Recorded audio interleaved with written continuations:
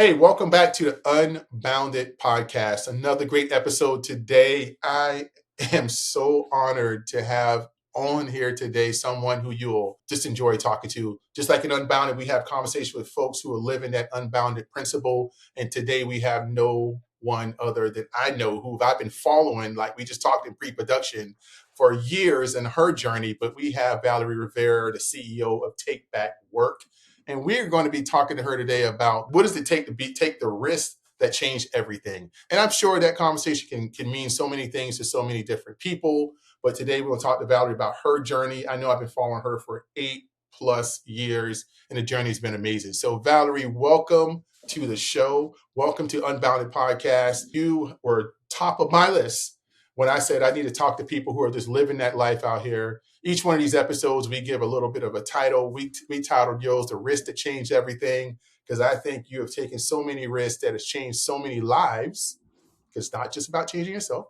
And I think you have taken risks that has also changed you, your family, and just the trajectory of how you live life on this earth. So welcome, Valerie. How's everything gone? I won't give it away. How has it gone way far away from my time zone? Well, first, I have to thank you for inviting me, Todd. I am so honored to be here. I will say it's like, I'm in France, so my second part of the day is starting, and this is the work part of the day. So I'm happy to be here. I'm all caffeinated and ready to go. Awesome. I didn't get a chance to get caffeine this morning. So if I was in her part of the day, I would tell you, well, it's 9 in the morning where I'm at, which for some of you will say, oh, that's not early, but it's 9 in the morning. I've already had 2 meetings, already had not a cup of coffee, but a bottle of water, and I couldn't get my tea from a tea bar.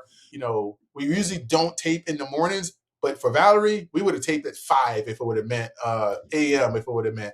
But Valerie, I want to get right into it, because one thing we do is we get right into the conversation on Unbounded, the great conversations that we have. A lot of folks probably are wondering, man, is she French? Why is she living in France? What's going on? So just take some people back to who are you, a little bit about what you're doing, Take Back Work. What are you doing in your organization? Kind of a little background about you. Well, quick background. I joined the Air Force in 2000 and ended up staying active duty till 2015. And that's when I took a really big leap in my life, which was to apply to Stanford University. And I got into their business school, which was just absolutely nuts. And that was the kicker. That was the thing that gave me the confidence to start Take Back Work in 2017. We have a very small boutique culture consultancy where we focus on leadership offsites and facilitating these really exceptional experiences that help people feel what an exceptional culture could be like, not just walking them through the bits and pieces. And so somewhere along the way, I ended up in Germany because my husband was still working for the Department of Defense. And he convinced me that we should retire to Europe, which I'm not retired, he is. But in this new world, I figured out how to work from abroad, and that's what led us to France. And we've been here since September 2024. Yeah, I'm telling you, when you start following Valerie on social media, which you all will by the end of this episode, man, you scroll back 2024 and look at some of the things she was posting. It was just amazing, to, buying homes, to learning the language, to shipping a car to the U.S. from the U.S. to France. So no, I have to make a confession. I talked about it in pre-production, man. She's one of the models. She talked about starting Take Back Work in 2017. I started looking at how I was going to build Courageous Leadership Alliance in 2019. And I remember one of the people that I modeled, like just from, she's modest. She's like, oh, we're a small boutique. And no, Valerie is what right looks like. And I'll say this because on Unbounded, we're about honest truth. What I've noticed about you, Valerie, is that even though you started a small development company or workforce development or culture, whatever we are naming it these days, you made it look like something from day one that was value driven, that was purposeful, that was clean, it was unique. And you went into it so purposeful. And I know I went into mine a little clumsy. But every time I tried to clean up myself, it was based on things that you were doing. And so you were a huge Oh, inspiration for that. So I I'm appreciate getting a it. case of the feels here, Todd. Thank you. That was so good. So let's talk about, you talk about starting 2017. When did you know that the path you were on, I joined the military, I was on active orders. What was that moment like when you said, this is good? Of course, you joined a little bit after 9/11, which was very purposeful. And when did you say, you know what, Stanford now? I'm going down this road and this straight right. Well, if I think back, um, the big thing about taking risks is that it's like a muscle. You have to take small risks to get the courage and the knowledge to take bigger risks. And so when I reflect back, I think a big movement, like a turning point for me, was somewhere around like the 10 to 12-year mark in my Air Force career. I was a Chinese linguist. I was good at it. I was very diligent, but I didn't have the passion that I saw some of my other colleagues having. And it was around this time that I started watching TED Talks and learning about different authors and their books and things like that. And one book that stood out to me was Daniel Pink's book, Drive. He was talking about the science of human motivation and how, in a knowledge economy, in a world where people are using their brains to do work and they don't have necessarily a checklist of like, here's some widgets, make them faster, that sort of thing. People crave three things in their life. They crave purpose, mastery, and autonomy. And I had just pinned on my E6 stripe at the time. And so I had about, I think, 6 subordinates. And I don't know if it was kind of the way people reacted to me, but they would really tell me the real stuff. Like they would really complain to me and let me have it as to what was on their mind. And I realized after reading this book that all of their complaints typically fell into 3 buckets. They didn't know why they were doing something. They were bored because they're very intelligent, smart people. Or, they just felt like they were being micromanaged. So, reading that book and thinking about the workforce, I started asking myself a few questions like, what could I do to help people enjoy work? We knew that it wasn't going to largely change. The people were going to be the same. The mission was the same. We weren't getting more people, more money, more tech. So, what if we could just tweak a few things without asking permission? And that led me on the most exciting journey of my career, even looking back right now, because I got good enough at this by the time year 12 rolled around. Different military leaders were asking me to help them on things. So I started going to like events for colonels and talking to them about what innovation could look like in the Air Force. And that was mind boggling for me as an E6. And so I decided at around year 12 that I might be willing to take a big leap and go somewhere else in 3 years. So I asked myself, like, what would I do if I had no fear?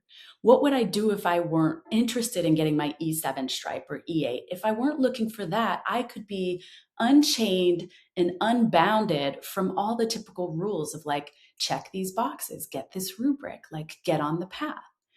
And so I just did it. I just started doing these little things here and there. Sometimes I got into a little trouble, not going to lie, but it was the most rewarding time of my life. And what it allowed me to do was to build up, I'm not going to call it like a portfolio, but I had very rich stories of how I was able to be just a tiny cog in a huge machine and yet have an outsized influence.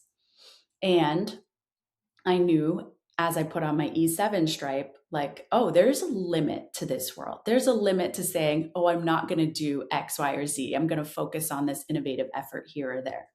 So that's when I started charting the plan to see if I could get into Stanford. They've got this design thinking stuff. They have leaders that they're building that care about, not just the business, but the people. And that's what I wanted to do too. And so that's how I took the leap. Awesome. No, that's a great story. And I will tell you, I've met so many great folks. I think Jeff also. I think he's one of Bunko Labs alum. Shout out to. But no, I've met so many people. And Jeff is a former E6 who I think went to Notre Dame, but people who take these mid pivots, right? These mid pivots. And during that time, were there any doubters other than yourself? And how did you handle that? How did you handle those loud and silent doubters that said, "You're trying to do what?" I am laughing right now because in that instance, so many examples came to mind. I had people actually come up to my big government calendar that was on my desk, and they started calculating out for me how much retirement money I was going to be saying no to if I separated at 15 years. Right. And they were looking out for me. They were trying to like Wow. make sure I understood the magnitude of my decision. So there was that example. There was my husband who, in this whole decision point, I learned that we are wired very differently. Like he is stability and security. He takes a lot of pride in being a provider, and this idea that I'm up and quitting my job where, it's getting a good salary, so close to retirement. Man, we were at loggerheads. We had to go to marriage counseling to really sort through that in those moments. So I'm not going to say it was easy and simple at all.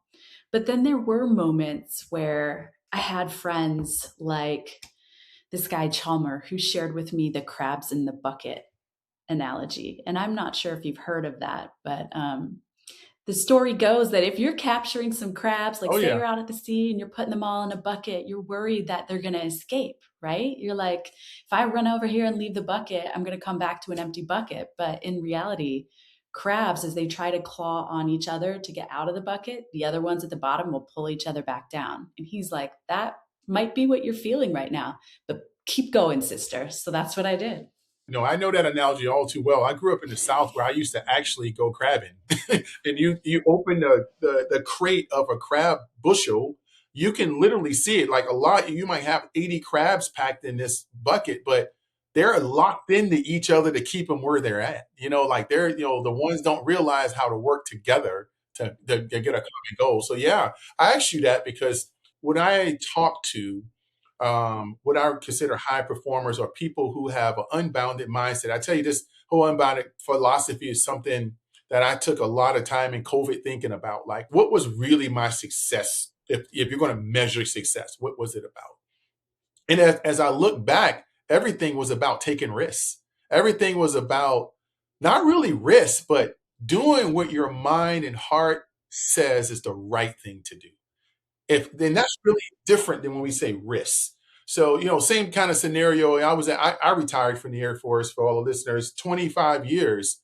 But at that point, everyone did the same thing, even down to the fact that they were like, I even had a good-hearted person at the transition office like, you should stay 8 more months because if you stay 8 more months, you can get this extra $130. And I'm not discounting $130 by any means by anyone who has to live in this, in the world.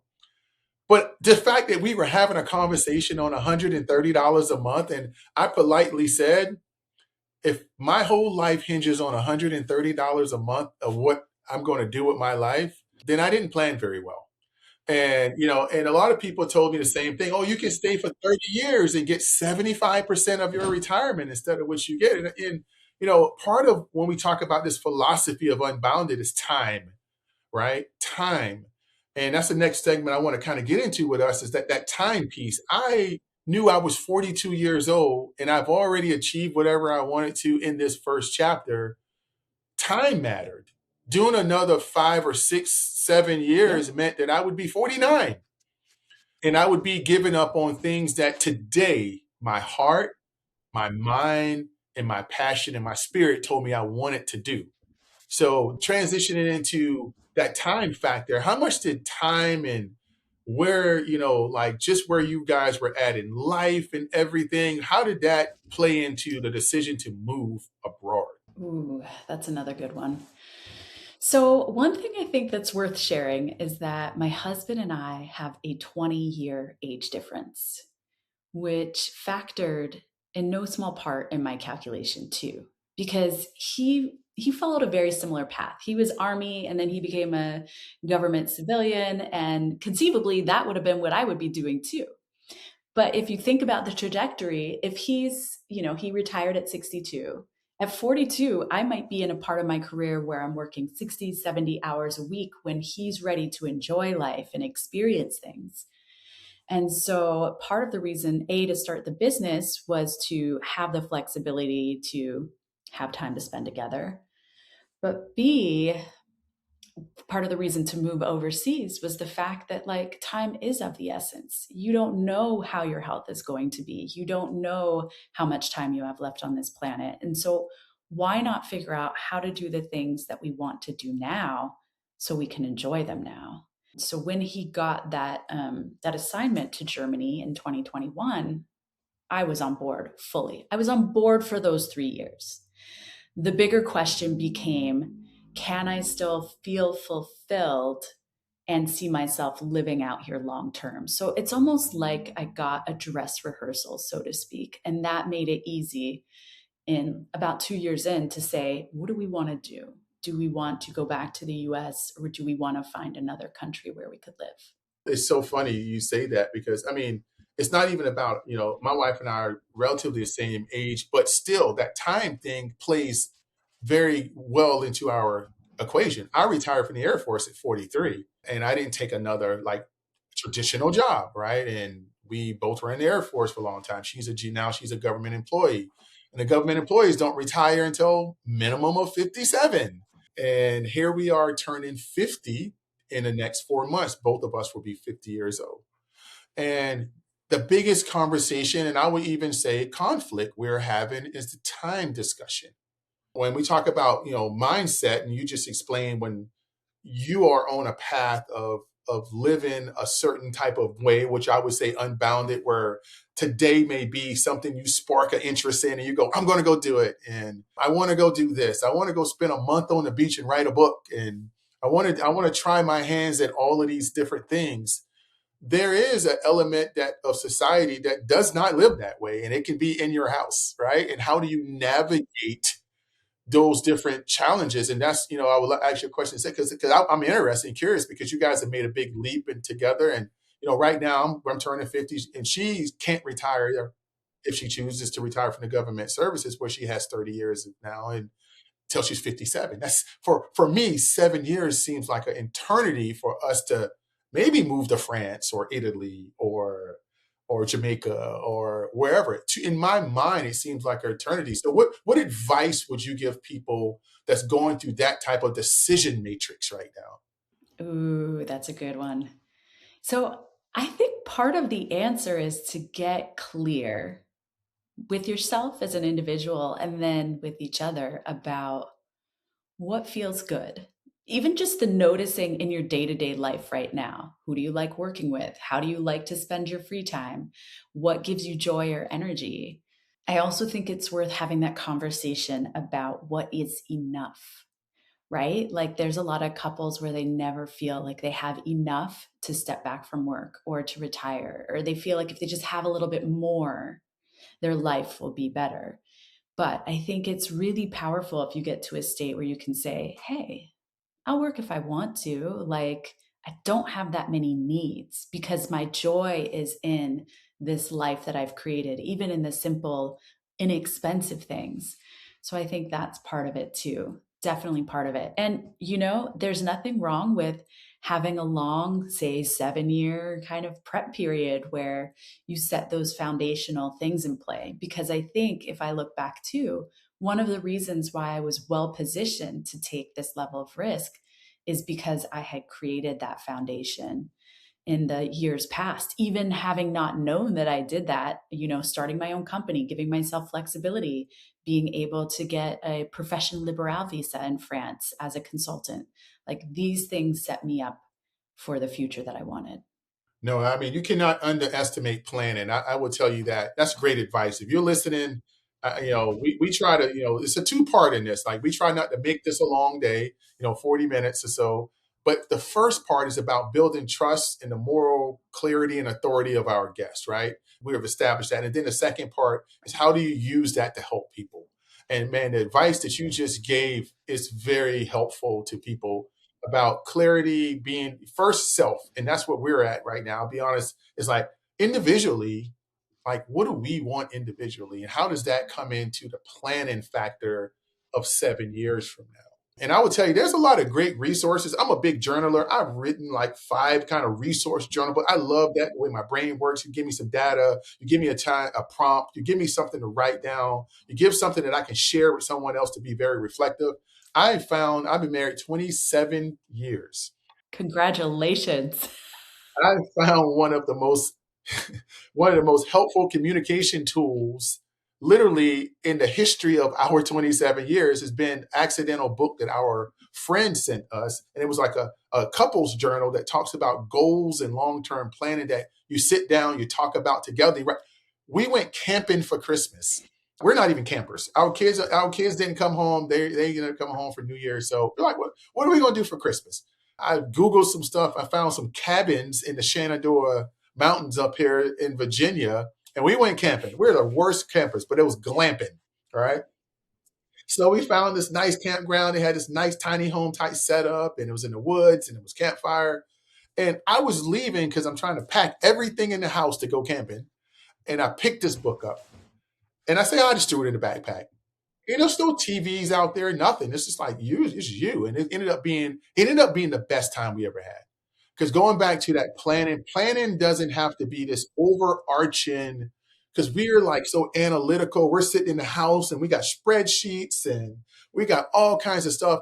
And a book that literally simply asks a lot of questions about goals and how do you feel about life and different things. We filled the whole book out in 2 nights. It was just transformational. So what I want you to take about what from Valerie just said is that, life's pivots have to come with a plan. And the plan has to be discussed. And it's going to meet with resistance and it's going to meet with differences and all these different things. But most of the people I know that's entering my age of life and they are trying to figure out what the next chapter of their life look like. They don't have a plan. It's not even a dream. It's a conversation. Oh, I want to do this one day. You can't do that one day without a plan. I want to go back to some of the science and some of the things that you do. I think because just because Valerie lives in France doesn't mean she cannot help your organization. She's global. So I want to talk about a little bit about the build and take back work with intention and how you do things, especially around how change management, social science, and was something that people still to this day are not talking enough about design thinking, and systems thinking, and all of these different things. How do those things come together? How do you help organization?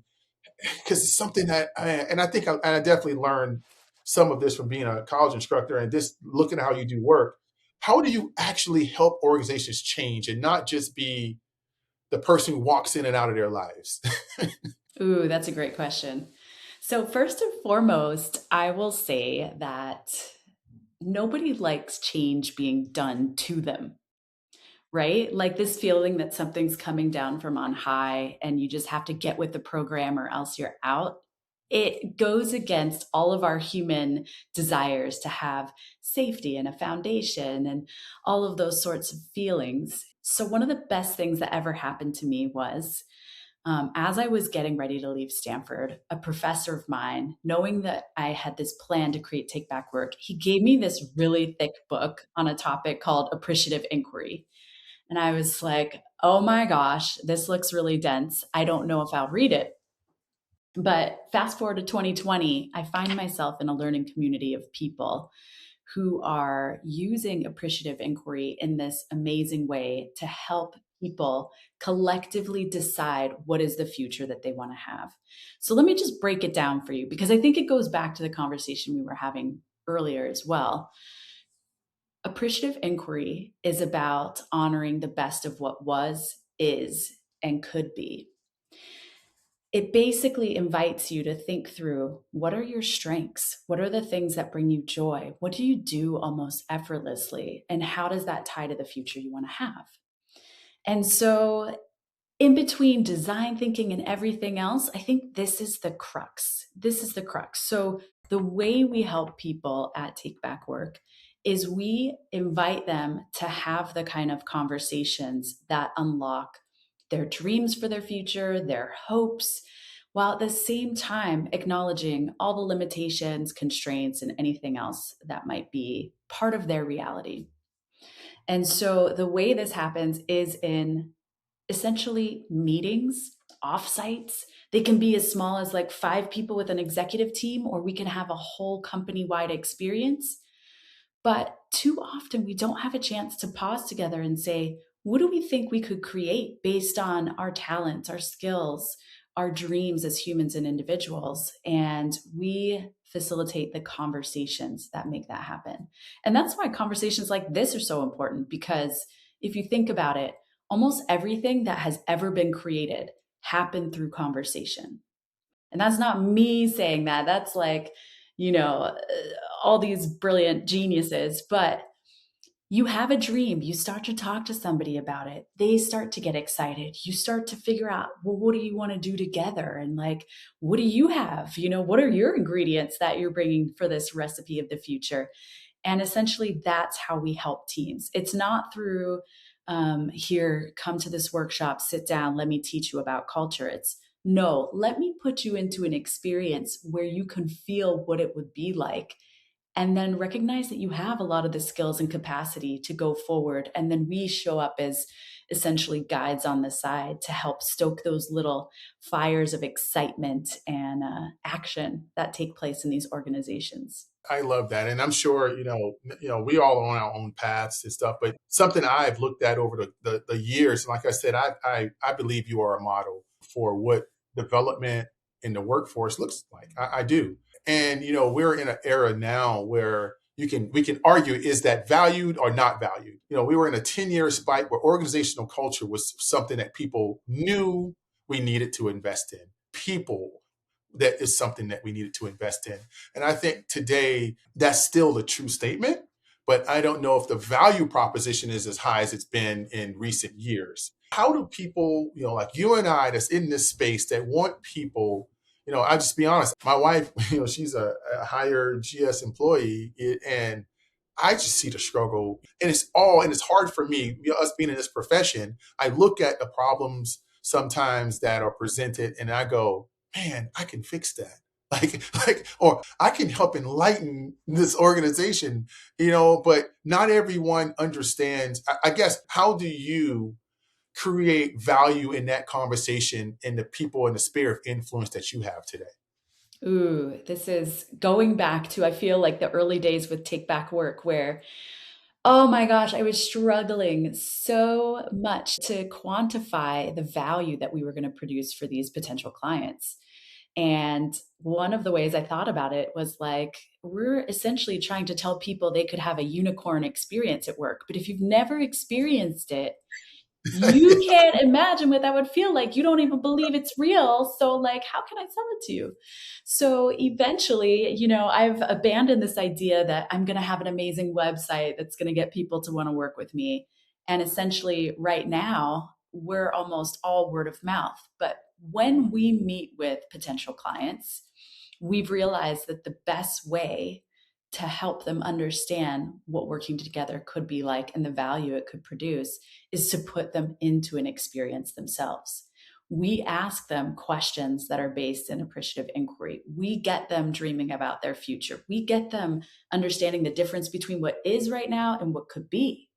And once they start going there, they want this future. And that's like, honestly, that's what Martin Luther King Jr. did so well, is he painted the difference between what reality was and what a brighter future could be. So I take inspiration from him all the time and how those conversations can create a brighter future for all of us. Well, I appreciate that. Yeah, yesterday being the anniversary, and usually it's when most of the clips of speeches and different write-ins come out. I travel a lot, and I'm in the Atlanta airport more than I would ever want to admit or be. But I tell you what I appreciate about Atlanta airport, I think it's I forgot what concourse it's in. I think it's C. There's a whole display. It's been there probably well over 10, 15 years or longer. I just probably started noticing it. And it's a display that's been there forever, of Dr. Reverend Martin Luther King Jr. And it shows a lot of his writings. And every time I go past that, and it's right before the escalator, I stop and I read the same thing over because I take something different from it every time.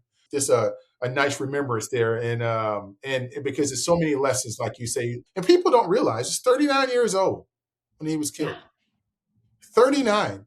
And maybe when I was 15, I thought 39 was old. But being almost 50, I do not think 39 is old. And the level of storytelling and just being able to, like you say, make people feel the value, feel the change, feel the possibility is something that I don't even think that's generational. I think you experience that every 100 years, every 200 years, maybe, because I don't know in my lifetime if I've seen really somebody that I wasn't even alive when he was giving these speeches, being able to continue to move people in that way. And so that value proposition is so important. And I'm glad you talked about that because you talked about the websites. And I teach an entrepreneurial class through Georgetown in a nonprofit called Dog Tag Bakery. And I tell you, shout out Dog Tag Bakery Entrepreneurship Program. Got to, man, been with them for a couple of years. They're amazing folks teaching entrepreneurs, veteran entrepreneurs, really good stuff. But man, I talk about that because when I look at entrepreneurship, and I was guilty of it. When I started CLA, I looked at take back work and a couple other things. I'm like, got to get the website right, got to get the wording right. And I love, and I think, and I want to go back. I think listeners may miss the point where she said is word of mouth. Our value is people experienced who we are. They have experienced the change that what we have allowed them to be, and they want to share that knowledge. My business did not become any way successful until I adopted that philosophy.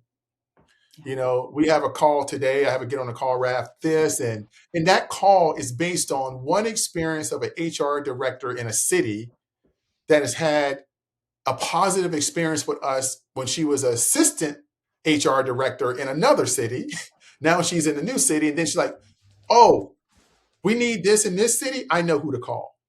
And now she has spread that to other cities now, like, hey, you guys, I'm at a conference and these people said they were having this issue. Hey, guy, call these people. I honestly took 5 years in business to realize how culture matters, even in your own business, of how you present everything of your value. It's not the fanciest website. It's not the fanciest CRM.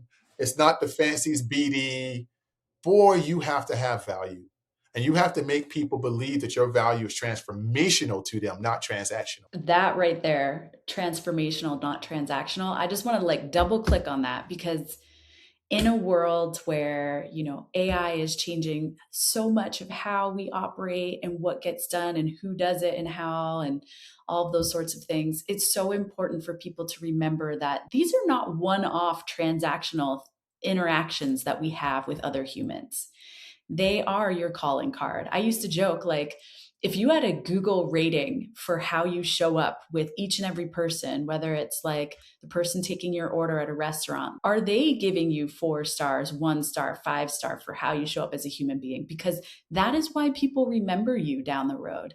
And so even if business is slow in the beginning, you might hear back from people like 2, 3, 10 years later who remembered an interaction with you because you were present in that moment and you showed them the respect and dignity to have the real conversations without any of that, like, that fluffy kind of salesy kind of technique that for many of us never feels authentic anyways. So why try and do that if it doesn't feel real or right for you? No, I totally agree. I used to send out these sales emails, right? And, I had these great lists of people who were like the chief people officer for this company, the chief people. I'm like, oh, I'm going to send them just super well written, email with our value proposition and all in my local DMV here in the DC. It's a million businesses. I'm going to target all these businesses. They're going to get a great email. They're going to get our catalog. They're going to get a link to our website, and they're going to hire us. I think we sent out, oh man, I think we sent out 500 emails. Talk about a point to tell you what real transformational versus transactional relationships look like. We sent out 500 emails. We got 0 response. But I applaud you for trying. Sometimes you have to learn. You can't just learn from other people's mistakes. At least I can't. I like to make Yeah, some of the same ones over and over again. yeah. But the other side of that, Valerie, is I joined the chamber here 3 years ago. And I joined it and didn't go to a lot of events. I go to the chamber. It's one of the largest chambers around here in the DC metro area, Maryland, Virginia. Very active chamber, hundreds of businesses. When they have an event, which they have one coming up, now I go to other chambers event. There's 100 businesses show up from the local area, owners. I started going to the chamber meetings and events really often. 500 emails, 0 responses, one-on-one conversations, meeting people. Some turned into lunches and just meeting people and them having an opportunity to see my awkwardness in person and my passion and what I represent as a human being. 800% increase in local business. Mm-hmm. There's nothing like being able to look somebody in the eye and have a conversation with them. I will tell you, when you talk about, we say where the science meets reality and everything and actually changing. And I love the way you talk about how take back work is guiding them through what this change looks like in the room. I have had to learn that, you made a great point. It doesn't matter what AI will change. It is mattering because AI changes significantly. AI will be to our generation, Valerie, what computers were to our parents' generation, times 20. And if you're not coming fast. And if you're not understanding where, large language models and AI and quantum computing is going to take us in the next 2 to 4 years, you got to jump on it. You got to just understand it. But yeah, that is a great point. But what will not change is human interaction and how we interact with each other. So, thank you for that. We're going to go into a couple of quick rapid fire questions. And then we'll let you get back to, I'm not going to say you're in France drinking wine and eating bread, but when I think of France, because I told Valerie that Paris is my all-time favorite city on earth, and then New York is a close second. I love city life, and I'm from a town of 6,500 people, but I love living in the city. I love being in the thick of things and love being in Paris. Take train in Paris so much when I lived in Europe, in the UK. Take that 2-hour, 27-minute train ride to Paris and just walk around. And I did drink wine and eat a lot of bread. So I believe it, as you should. As I should. So a couple of rapid fire questions real quick, and then we'll close this thing out with Valerie Rivera with an awesome conversation. We'll start with, how did living abroad change the way you think about work? Ooh, well, first things first, I think people know that the French really enjoy their time off and their pleasure. So in France, people here get 5 weeks of paid vacation a year. Everyone does. And so I have learned that I am not booking anything work related on any French holiday because I will have FOMO. And as a result, you don't see people working on their laptops here. So guess what? I'm not doing it. I'm talking with friends, phones are away, and it is a whole different vibe. It's like I've been culturally pressured to be chill and off the clock. You're the second person that have told me that. I had a great interview with Haley McLean, who, I don't know, Haley, she's amazing. Haley lives in Italy right now and is getting her master's degree in fashion in Italy. She's from the US. And Haley said the same thing. Oh my goodness, did they force me to slow down? So thank you for that. Yeah.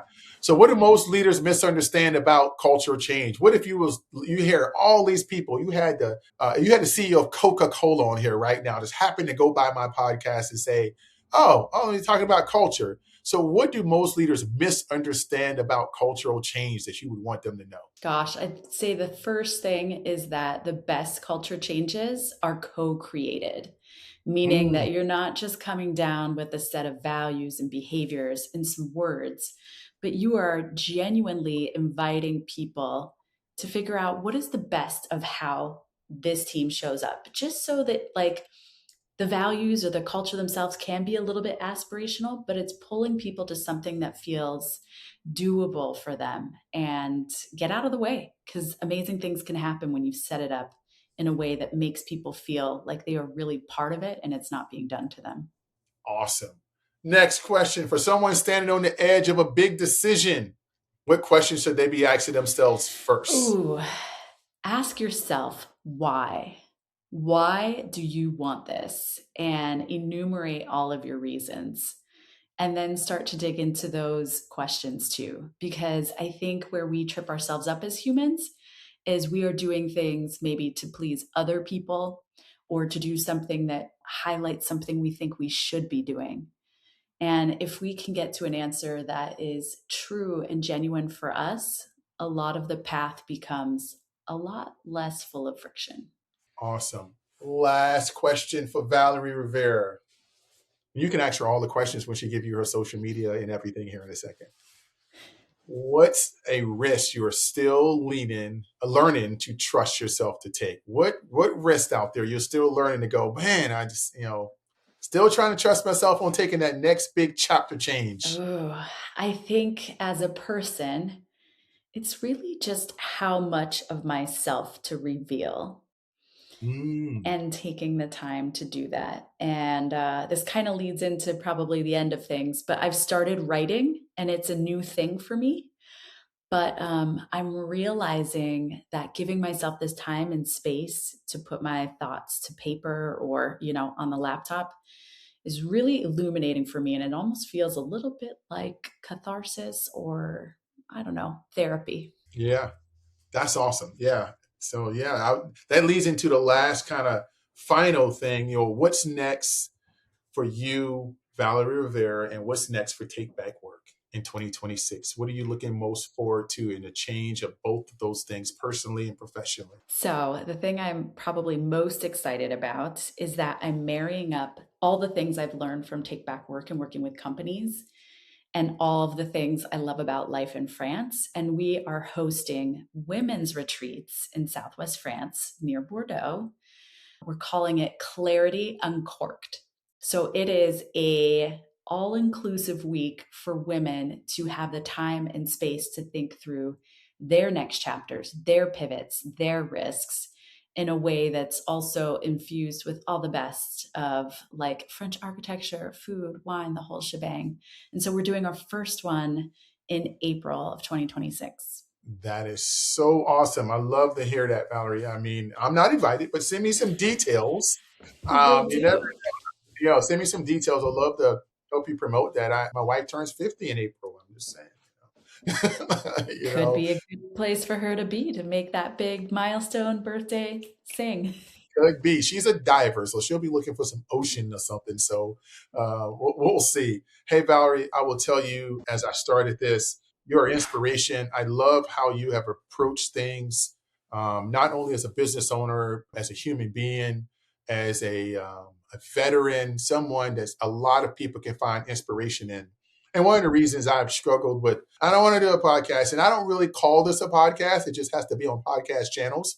My producer always said, don't say that, don't say that. I said, no, this is a conversation with friends. I said, if I can be I love the coffee and conversation in cars and things like that. It's literally, if I can have all my friends in the same city, we would probably be at a diner drinking loose tea, because I'm a big tea drinker. We'll be doing loose tea and we'll be, sitting down having a great conversation and someone might just have a camera on.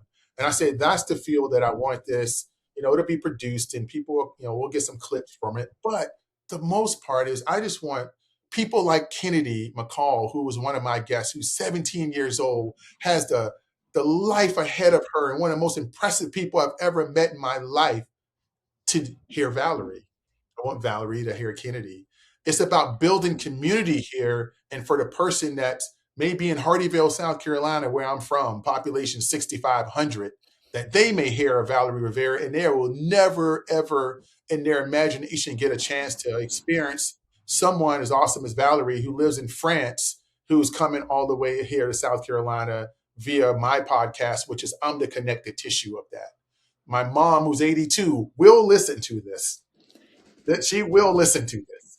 And my mom will have an opportunity to hear a conversation and learn a little bit more about how I've lived my life 32 years outside of Hardyville and the people I've been able to interact with. That's what Unbounded is about.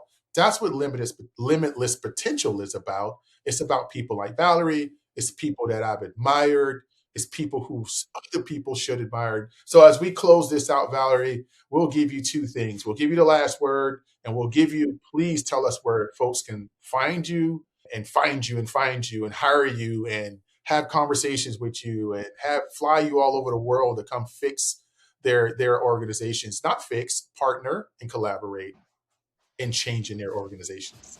Well, that was very generous. I will say, come find us at takebackwork.com, but you can always just sneak up into my email box, which is just val@takebackwork.com. In fact, I prefer that 1,000 times over. But if you are curious about life in France, I just started a Substack and I'm really excited about it. And it's about all the little musings and noticings of both like business and being an immigrant and all of those good things. And so that's called Delightfully Disoriented en France. So you can find me there too. As far as the last word, my friends, I would just say, like, you are really only limited by your own dreams and what you believe your potential is. So, if I could give you one activity to do, just imagine that it's 6 months from now and you're thinking about all the different aspects of your life, your work, your friends, your fitness. I don't know. You know what's important to you. Just write down what you would like to be celebrating 6 months from now. And then check back in and see how much of that has happened. If that's one gift I could leave you with, it's that. That is great advice. And it's something I'm going to do today. I don't think we do enough of that. So, again, Unbounded podcast listeners, you have been just in for a treat for less than an hour of your time. If you can take one thing from this, take it, write it down. If you found value in this, please share, please like, please follow us on YouTube and all the different channels that you'll see this on. If not, then please let us know. If you have a guest that you think that I should know, then let me know. You can find us on Unbounded Podcast. You can find me at Courageous Leadership Alliance. You can find me on LinkedIn, Todd Simmons. You can find me a lot of places. So find us, connect with us. Let's continue the conversation going. Valerie, thank you again. It has definitely made my week to talk to you and just catch up, and haven't talked in years, and that's crazy. So everyone, we're out here. Thanks again. Until next time, stay unbounded.